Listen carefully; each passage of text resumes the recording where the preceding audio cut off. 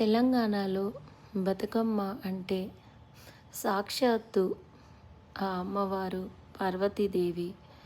అన్ని అవతారాల్లో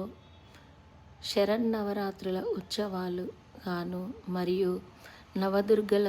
రూపంలో మరియు బతుకమ్మ రూపంలో అన్ని రూపాల అవతారాల్లో ఆ పార్వతీదేవి భూమిపైకి వచ్చి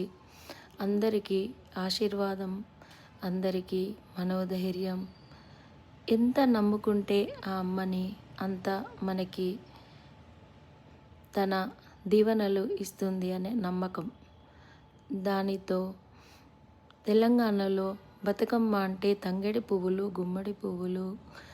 గునుగు పువ్వులు మరియు బంతి పూలు, గోరింట పూలు, మల్లెపూలు, కనకాంబరాలు, సీతజడ పూలు, ఇలా ఒకటి కాదు, ఆ అమ్మవారి చీర, అవతారము, బ్లౌజు, రూపు, నగలు అన్నీ ఆ ప్రకృతిలోంచి ఆ తల్లి ఇచ్చిన పువ్వులలోంచి మనము తీసుకువచ్చి ఆ అమ్మవారిని బతుకమ్మ రూపంలో మనం పువ్వులతో పేర్చి ఒక రూపాన్ని తీసుకువచ్చి మహిళలందరూ బతుకమ్మ అని సంబరాలతో 9 రోజులు బతుకమ్మని ప్రతిరోజు పేర్చి ఆ అమ్మవారిని కోలాటాలతో, దాండియాలతో, నృత్యాలతో, చప్పట్లతో, పాటలతో, ఆటలతో అందరూ మహిళలు